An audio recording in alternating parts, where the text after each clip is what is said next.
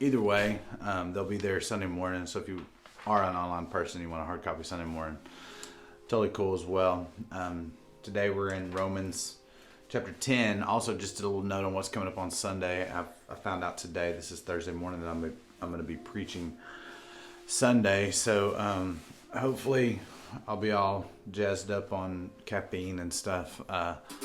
Sunday morning. But this is page 1, chapter 10, Romans. We kind of went to the middle of chapter 10, staying with some more familiar verses that the students are going to recognize, that you guys are going to recognize. That hopefully it'll be easier to teach, but also communicate and get across a general message. This is the passage. If you haven't read it yet, how will they call on him whom they've not believed? How are they to believe in him whom they never heard? And how are they to hear without someone preaching? And how are they to preach unless someone's sent? As is written, how beautiful are the feet of those who bring the good news. But they have not obeyed all the gospel. For Isaiah says, Lord, who has believed what he has heard from us? So faith comes from hearing, and hearing through the word of Christ.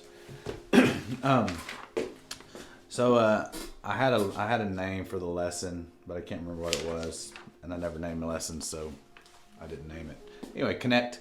Have you ever been sent to do something? What did you do? Like being sent to the grocery store, first time driving, or if you're in the grocery store going to get something that you normally aren't familiar with. The idea there is like, what specific directions did you have were given to you to do certain jobs? That's kind of where we're going with that. How did you know you were being sent? How did you know that you even had a job to do? Your mom texted you, your wife texted you, you had a list, whatever it was, and how did you know what to do? The idea we're given is trying to relate it back to Romans. That idea of call, believe, hear, and then preach. It's our job to go to those people. If it was something you were unfamiliar with, how did you make sure you were doing it correct? If it was something you're completely unfamiliar with, I don't know, maybe your job was to trim bushes at your house. How do you know you're doing it right? And that's the idea, is to study, to be told, to listen, to follow directions. So this is when we open up our Bibles and we go to Romans chapter 13. I've broken it down. The first 3 reads are just one verse. So the first verse is 10:13. Is, why do you think Paul's making the distinction of everyone? And the idea is to go back and read in chapter 10, 9 through 12, that he's painting a picture that up until now the Jews thought salvation was just for them. Who's this? Why to the Gentiles? So that's where he's going. The idea is for everyone. So the Gentiles, it's for everyone. It's not just for the kids who are privileged to grow up in church, for the kids who are born in the United States. I follow Jesus because I live here, because that's all I know, or whatever it might be. We had an atheist kid here on Wednesday night who, it was his first real encounter with the gospel, and we talked afterwards. He's like, man, first time I've ever kind of considered this stuff.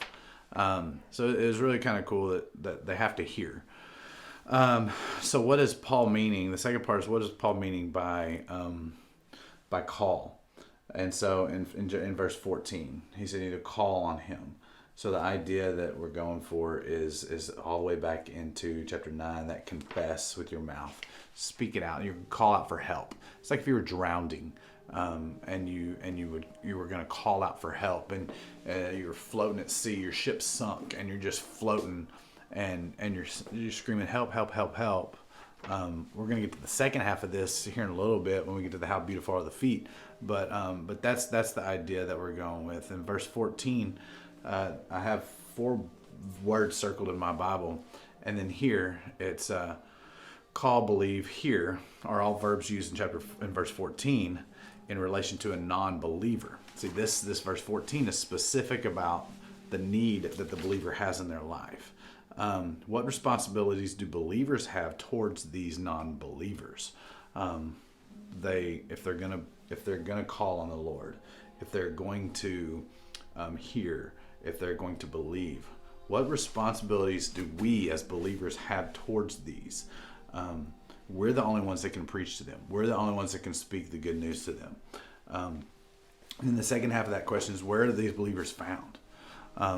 They're everywhere, right? I mean, we don't have to go to the mission field. We don't have to go to Africa. We don't have to go to New York. You and I, we can walk in at Chick-fil-A. We can walk to a gas station. We can walk in. Where can these students go to be around these non-believers? Where are they found? Are they found next door? Are they found across the table at a family reunion? Verse 15, what does it mean to preach? To preach, when you come across this, is a lot of cop-out that people use with this verse. How are they to preach unless they're sent? They, in verse 15, is us, the believers. The they previous is the non-believers. So how are they to preach unless they're sent? And what does preach mean? Preach, in the Greek, it actually means proclaim. So it's telling of anything, news. I mean, when's the last time you maybe saw a movie and you're like, oh man, you got to see this movie, or this album, this song is great, or can you believe he did this? You're proclaiming, you're telling about that. But he's specifically saying, proclaim the good news, proclaim the gospel. What does it mean to be sent? That's going somewhere with a mission, on a purpose. So when you go, we've all been sent by Christ. That he did that in Acts 1:8. He did that. If you want to look that verse up, to Jerusalem, Judea, Samaria, to the ends of the earth. Take the gospel there in the end of Matthew 28, when he says, to make go, and as you're going, make disciples. So it's a mandate that we're all sent. It's just a matter of where we're going to do it or not. And so what does it mean to be sent? Is to go somewhere with a purpose, on a mission. So when you go to school, do you even go to school with this purpose and mission, or do you just kind of rolling through the purposes? And that's what we all do. We have to keep this in the forefront of our mind. The second part of this verse isn't a foot beauty competition. What do you think Paul's getting at, is the question I have. And that's the second half of the first that I talked about. How are they to call? How then will they call them who they not believed? And this beautiful, it'd be like you can use this illustration or something similar if you want to. It's like you're if you've seen the movie Titanic, I don't know if they have or not, but you're on a boat, you're floating through the water, and all of a sudden on the horizon, maybe it's Pirates of the Caribbean, something, you're on an island, you see something way off and it's coming at you. How beautiful that is, how exciting that is. It's like, oh man, that's our only hope. If I could just be part of that. And that's the idea that Paul is saying, is how beautiful are the feet of those people who bring the good news.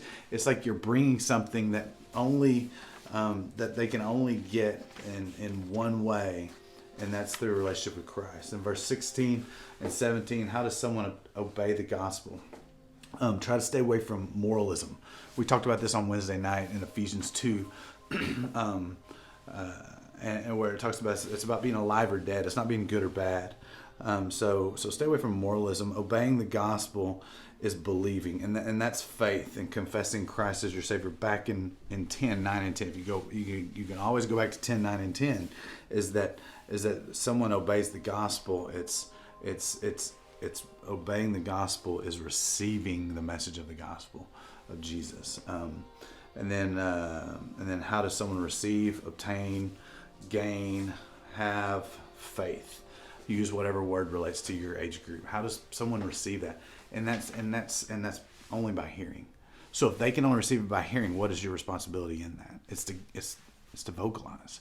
There's been a phrase that's went around. It's like, preach the word always, and if necessary, use words. It's attributed to like St. Augustine of Assisi or something like that, St. Francis of Assisi. But I mean, that's a ridiculous statement. It's like, how is someone? You have to hear the gospel, and that's what Paul says at the end of 17. Faith comes through hearing, and hearing through the Word of God. So you can only hear from God through the Word of God. Then transform. What's your response? There's like 3 what's your response statements. What's your response to the statement? People will be saved by hearing about Jesus, and they can only hear about Jesus from witnesses of a believer. So the idea we're trying to get out is like, hey, my response should be, I need to speak up more, or I need to invite someone to church, or I need to talk about my faith in front of other people. What's your role in this process? So that I kind of got ahead. What's your role in that process? Your role is to do it. To speak to, and the idea of going back when you were going shopping and you had a list of to do, you had this mission. If you don't know this, if you don't study this, if you don't try to apply this, then you're not going to be able to complete the mission that you're sent to do. So it all relates back. And what's your response to this statement? You hear the gospel almost every weekend and on Wednesdays, but how many people around the world and in your world have never heard it? How many people? There's 2.2 billion people in the world that's estimated that have never heard the gospel, and that's probably a super conservative estimate because I mean there's people around here, but they're considered have heard or have access to hearing it.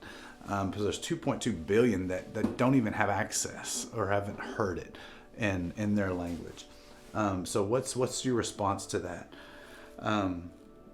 And so I have on here, don't hear so much and do so little. And that's just the idea. It's like, look, we've got the opportunity to serve and do. We become these fat Christians that just hear and hear and hear and hear, and we don't do anything. We don't put it to work. And your talking point on there towards this point is the good news is only good news if it gets there in time. The gospel, the translated message or word for the gospel is good news, but it's only good news if I get it in time before I die. So, you've been fortunate to have it or have heard it. Maybe you've replied or responded to it or not. And then the takeaway is Paul knew that if his job was going to get done, it was going to require crossing boundaries. This could be missions or just getting out of your comfort zone. There's nothing easy about this, but it has to be done. So the idea is, what can you do? What's your job?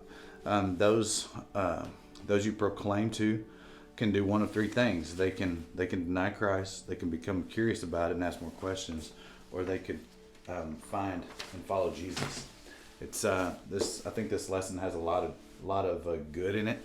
Hopefully, you'll be able to spend a little bit of time and just have a real life conversation. And don't be afraid to be real with these guys on how difficult it is for you. Maybe incorporate some stories on how when you have been sent. I'm still working through process of putting together a mission trip for July and to St. Louis to work with a church planner, but to give them opportunities to actually go. But as you go, and that's here, how are you carrying the message of the gospel? You don't have to preach it. You just have to proclaim what Jesus has done in your life. And if you're not proclaiming, or you're not willing, or you're scared, you don't want to say, then those are the times you really need to question your own heart. What has he done in my life? All right. Hope you have a good weekend. We'll see y'all Sunday or before maybe.